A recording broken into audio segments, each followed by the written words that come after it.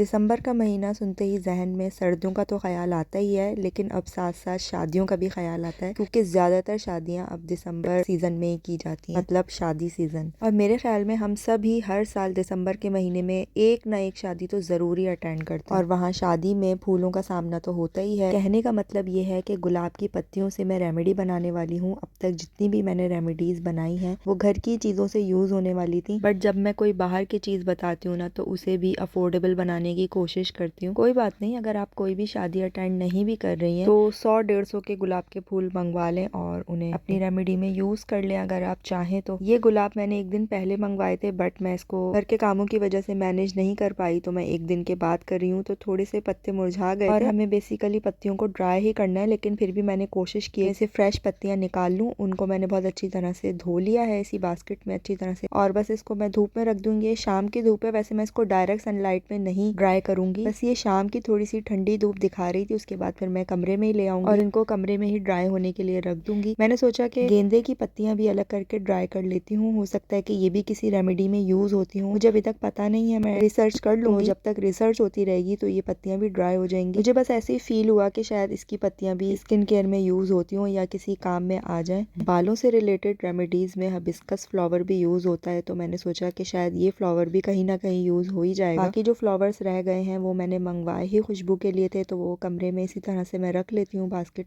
और पूरा कमरा महकता रहता है। तो डेली की स्किन केयर तो चल ही रही है, साथ साथ इन फ्लावर्स की भी हम जल्दी रेमेडीज बनाएंगे। तो स्टे ट्यून्ड, मिलते हैं फिर कल।